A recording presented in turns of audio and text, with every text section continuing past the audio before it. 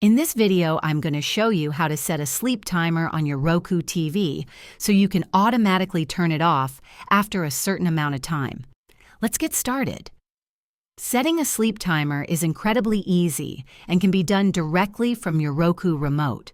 First, press the Home button on your Roku remote to access the main menu. Then, scroll up or down to highlight the channel or input you're currently watching.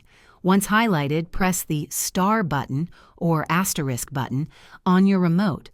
A menu will pop up with options to set a sleep timer. You can choose from preset durations like 30 minutes, 1 hour, or 2 hours, or select Custom to enter a specific time, up to 4 hours.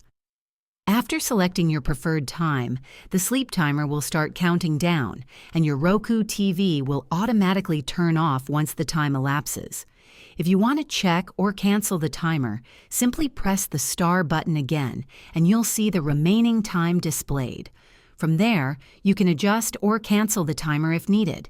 If this video helped you, please like and subscribe to the channel for more useful tips.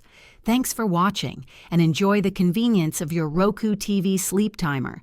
Don't forget to share this video with others who might find it helpful.